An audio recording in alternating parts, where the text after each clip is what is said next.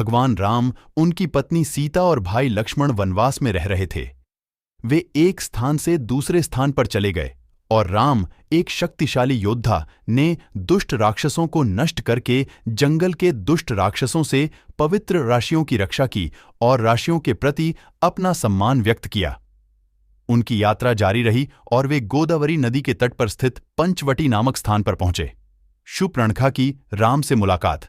पंचवटी सुखद वातावरण और हरियाली से भरपूर बहुत ही मनमोहक जगह थी। लक्ष्मण ने रहने के लिए नदी के किनारे एक सुंदर कुटिया बनाई।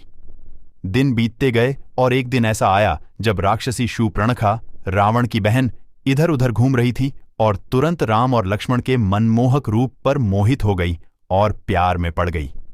उसने एक सुंदर स्त्री का रूप धारण किया और राम के पास पहुंची। उसने राम से अनुरोध किया कि वह उससे विवाह करे और वे जंगल में खुशी से रहें। लेकिन राम ने उन्हें अपनी पत्नी सीता के बारे में बताया और उनसे लक्ष्मण से अनुरोध करने को कहा, जो दिखने में भी अच्छे थे। लेकिन लक्ष्मण ने यह कहकर उसे अस्वीकार कर दिया कि वह भी दासी बनेगी क्योंकि वह राम की भक्त है। दुष्ट शूर्पणखा ने सोचा कि यदि वह सीता को मारेगी तो राम उससे विवाह करेंगे, इसलिए वह सीता पर टूट पड़ी।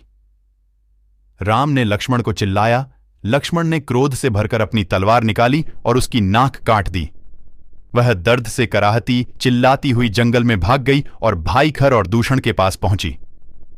उसने राम और लक्ष्मण के बारे में बताया और उनसे अपने अपमान का बदला लेने के लिए कहा। क्रोधित होकर उन्होंने अपनी सेना सहित राम के विरुद्ध चढ़ाई कर दी।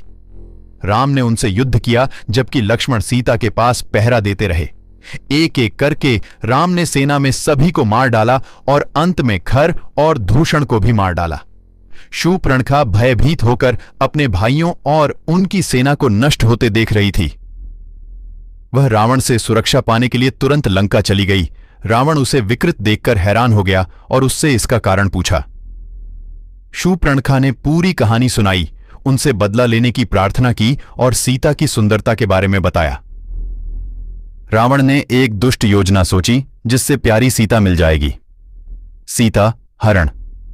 रावण अपने जादुई रथ में उड़कर राक्षस मारीच के पास पहुंचा। उन्होंने भेष बदलने में माहिर मारीच से सोने के हिरण का रूप धारण करने को कहा। मारीच, जिसे पहले से ही राम द्वारा दंडित किए जाने का अनुभव था, ने पहले इनकार कर दिया। लेकिन चूंकि वह जानता था कि किसी भी तरह से उसे मार दिया जाएगा, लेकिन चूंकि उसने राम द्वारा मारा जाना पसंद किया था, इसलिए वह अंततः सहमत हो गया। सोने के हिरण में बदल गया और सीता के सामने घूमने लगा। सीता ने राम से उसे पकड़ने के लिए कहा।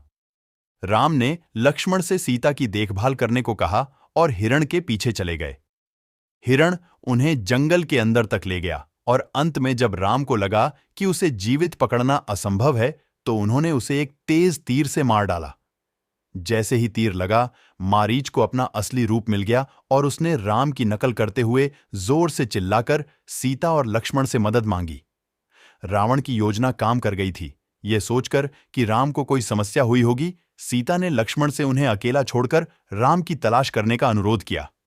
जाने से पहले उसने सीता के पार एक रेखा खींची और उसे तब तक पार न करने को कहा जब तक वह वापस न आ जाए। रावण साधु का भेष बनाकर दूर से यह सब देखता रहा और सीता के पास जाकर भोजन मांगने लगा। सीता पंक्ति में खड़े पवित्र व्यक्ति को प्रसाद देने के लिए कुछ भोजन लेकर आईं। रावण ने उसे उस पंक्ति से बाहर आकर प्रस्ताव देने को कहा, लेकिन इससे पहले कि सीता को एहसास होता कि वह क्या कर रही हैं, रावण ने उनका हाथ पकड़ लिया और उन्हें अपने रथ में लंका की ओर ले गया।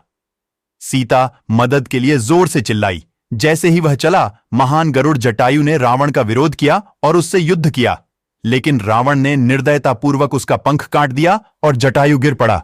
सीता की भागने की कोशिश व्यर्थ गई और जैसे ही वे चले गए, सीता ने अपने आभूषण उतार दिए और इस उम्मीद से नीचे फेंक दिए कि शायद राम इसे देख